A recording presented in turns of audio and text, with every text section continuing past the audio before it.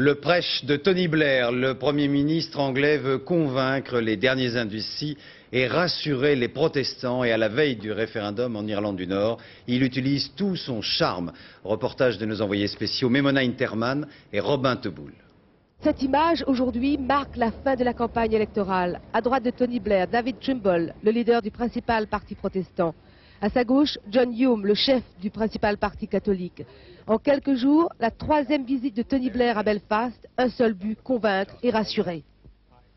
Je crois que cet accord est raisonnable, juste et correct.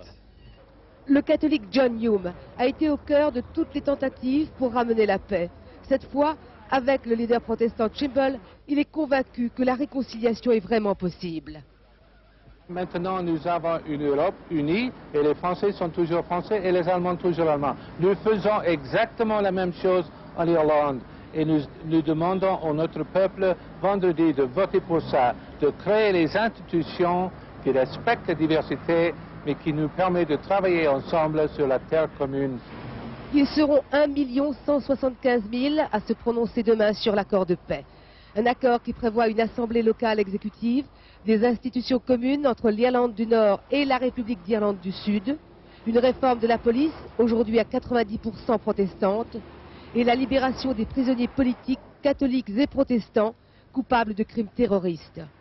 Face aux catholiques, les protestants sont traumatisés à l'idée que les anciens de l'IRA puissent occuper des responsabilités dans la police ou la nouvelle assemblée locale. Si Tony Blair est écouté, cette génération sera la première depuis longtemps à connaître la paix et à se respecter. Je suis protestante, elle est catholique, elle rien.